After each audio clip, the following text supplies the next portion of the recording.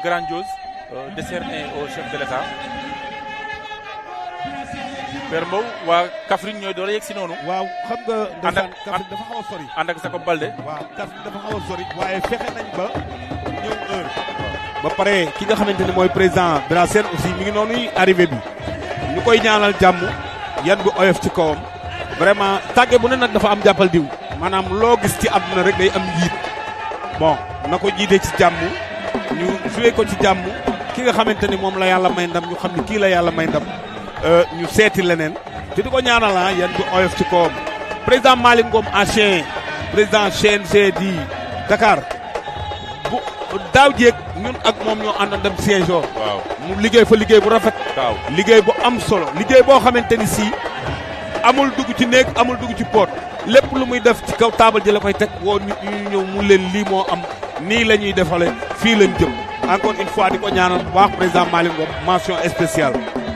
président Malick moom ñoo ngi koy nuyu bu baax di ko ziar di ko ñaanal jàmm nekk suñu frère di ko encouragé bu baax a baax a baax di ko naan le meilleur reste à venir gis ngeen noonu le président de la fédération ànd ak équipe bi ak délégation bi di saluer mbëri athlètes yi nuyu leen benn par benn def tour mu ngi ànd ak aussi ki nga xamante ne moom moo di Aliou Ba bu ngeen ñu mënee wàññi ambiance bi tuuti rek di ngeen yàq.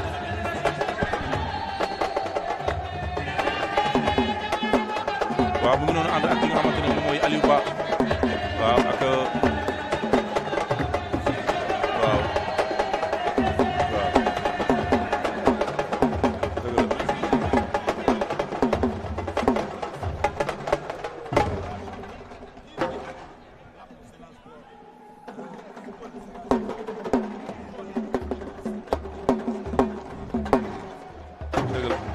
dëgg la di nit ku baax. jëf macha allah di liggéey bu am solo ci Eric Favre. ci mooy jëf di nuyu sa patron. waaw ñu ngi koy saluer di ko. tout à fait. di ko apprécier. On le salue, merci surtout à vous, Père Mbow. On a déjà partagé le plateau ensemble lors du Festival de la lutte à Paris. C'était une très très belle expérience avec justement des anecdotes que Père Mbow a pu sortir justement des anciens lutteurs, les petites tactiques. C'est un fin connaisseur de la lutte et je l'ai découvert avec Ndeye Koumba sur le plateau d'Eric Favre TV. Merci. Bien sûr, ça c'est les lutteurs. En train d'esquisser des pas de danse, ça c'est l'équipe régionale de Dakar avec Seni Seben, Mbaye Diop Palmarin, mais aussi El Aziaï qui vient de Zewal Fadi qui représente la région de Dakar catégorie plus de 100. Ça c'est 200 kilos. Oui, ça c'est le président de la fédération avec les leaders de la région de Fatick. On voit qu'il prend du temps pour parler à chaque lutteur. Ce n'est pas une poignée de main rapide, c'est vraiment un salut et un encouragement parce qu'on voit là à l'écran des échanges entre le président et les lutteurs. Et ça c'est parce que lui aussi, il était président de CRG de lutte. Donc on peut dire qu'il a cheminé, il a bourlingué, il a eu aussi à organiser des grands compétitions. Il a eu à partir avec la région de Kaolack pour pouvoir compétir vraiment à ces occasions de drapeau de chef de l'État. Donc il sait exactement ce que voilà. Donc il connaît les personnes, il connaît les lutteurs, il connaît tout un chacun des lutteurs qu'il a. Peut-être il a une petite histoire avec tout un chacun. C'est pour savoir, c'est pas juste des poignées de main. Oui, ça se voit justement lors des quand il salue, il y a un petit mot, il y a un petit sourire. Bien ça confirme qu'effectivement il connaît les lutteurs. On voit aussi il y a qu'une petite affinité avec lui et les lutteurs aussi et les dirigeants. Ibrahima Sène, plus connu sous le nom de Bira Sène. Père Mbow loolu équipe Fatick ngay gis noonu. di yëngal noonu. ndeysaan. waa Fatick. waaw. xam nga loolu dafa am solo parce que tamit xam nga kenn du dem xare naan dañ may gañe. waaw li ngay mën a soulager sa réew wala sa dëkk wala sa gox nii rek ngay mën a def ñu gis la ci télé bi nga yëngal gars yi am courage ni non ñu nag ñu ngi doon tiit mais gars yi daal nañ leen jàppale te ñaanal leen. lii mooy ñaax lii mooy kañ. lii mooy li nga xamante ni si ñun sénégalais loolu la ñu xam Lat Joor Ngoone Latir Jóob foofu la jaaroon Maba Jaxu Ba foofu la jaaroon waaye ki nga xamante ni mooy Alburi foofu la jaaroon maanaam ñun ñoo moom kañu mais ci kaw kañu gi ñuy kañu loolu mooy li nga xamante ni mooy njàmbaar li ñuy encouragé ñi nga xamante ni tey ñooy auditeurs yi wala amateurs yi wala ñi nga xamante ni si tey ñoo jógee dëkk Fatick war a seetaan seen ñi nga xamante ni ñooy seen njiit loolu am na solo. loolu am na solo Père Mbow en attendant gars yi di yegg si. ndeysaan. ça c'est le président Bira Sène ba léegi. wallaay ñi nga xamante ne. waaw. ñoom ñooy délégation bi. ndeysaan. di nuyu mbër yëpp. ndeysaan ki nga doon wax sànq Maxu Mbeng la. Maxu Mbeng. moom moo jiite la. borom Ndar. la Ligue de Saint-Louis. wallaay. waaw kooku mooy borom Ndar Maxu Mbeng. Maxu Mbeng. mën a sonn ci doomu aadama nag. ndeysaan. wax dëgg yàlla. ndax lii muy def ni moo lay wan la rek ñun Sénégal seenu daanu. ñun ñëpp benn lañu. seenu daanu. waa amul xeebante amul kii a gën kii amul kii a gën kii. parce que koo ci xas rek xas nga sa bopp ndax ñun ñëpp ay mbokk lañu. waaw moo tax tey li ñuy olof naan ci ndox lañ ko taam waaye ci nit la gën. loolu moo tax. mais macha allah am na solo. suma Camerounais. avec tey. loo gis tey lan nga gis tey lan nga gis. il dit quelle est votre appréciation. waaw par rapport à l'organisation par rapport à l'ouverture vraiment de cette 26e édition de la production de l'État. Toujours impressionné par ce qui se passe autour de la lutte.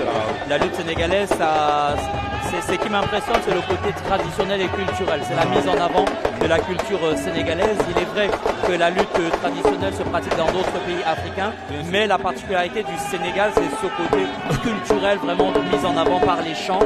Et on voit là même, mais surtout moi, ce qui m'impressionne aujourd'hui, c'est l'âge des lutteurs. On voit que ils sont très jeunes. Donc ça revient à ma question.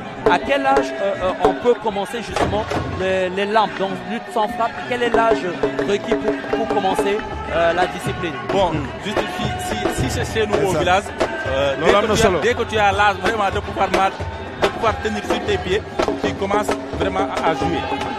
À jouer avec, comment on joue avec, tu commences à jouer vraiment avec la lutte, avec tes frères, souvent tes sœurs. Donc ça démarre comme un jeu en fait. Ça démarre comme un jeu, comme vous le savez vraiment. C'est un sport qu'on pratique à très bas âge même, vraiment dans les différentes contrées du pays.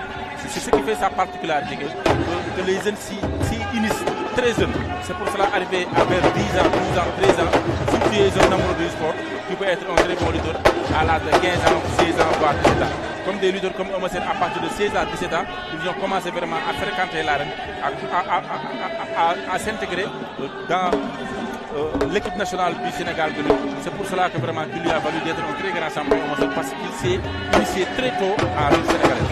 Ah super, donc c'est à partir du moment où les pieds touchent le sol, on peut déjà commencer. Ça veut dire que pour moi c'est trop tard. Les pieds ont touché le sol depuis longtemps. Depuis longtemps, oui. En tout cas, il y a aussi des manquements. Il y a des régions vraiment qui ne sont pas au complet, comme la région de Sédhiou. Ils n'ont pas de lutteurs pour la catégorie des 86 kilos. C'est Idrissa Diarra qui nous vient d'Angari. C'est Tidjane Diatta, Mbaye Sampal et Idrissa Fati. Dans les 86 kilos. Mais justement, dans ce cas, est-ce que Souleymane Ning, qui est justement dans cette catégorie tout seul, côté Kaffrine, est-ce que dans ce cas, il remporte par forfait ou... Oui, il va qualifier directement. Il qualifie directement. Et c'est un handicap pour la région de Sédhiou parce qu'on peut dire qu'ils ont une défaite. Ça leur donne d'office une défaite. D'office une défaite. Okay. Donc, parce que l'autre a déjà une victoire par disqualification. Okay. Donc ils ont une défaite. Donc c'est un avantage aussi pour la région de Dakar. Mais maintenant, moi, donc l'idéal en fait, c'est de pouvoir fournir des athlètes dans chaque catégorie pour avoir des chances d'avoir le maximum de victoires. De lutteurs, bien sûr, de victoires. C'est vraiment une compétition par équipe. Bien sûr. La région de Kédougou aussi. Ils n'ont pas de lutteurs, c'est les 86 kilos. Dans les 86 kilos également. Oui, Kédougou. Dans les 66 kilos. 66 kilos, autant pour moi. 66 kilos. 66 kilos. 66 kilos. C'est toujours un handicap pour eux également. Bien sûr, c'est un handicap pour eux. On voit que la plupart des autres régions ont pu mettre des catégories.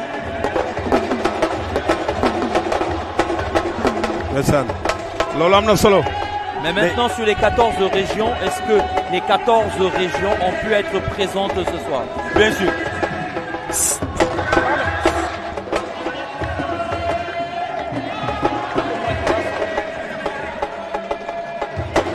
ndeysaan loolu am na solo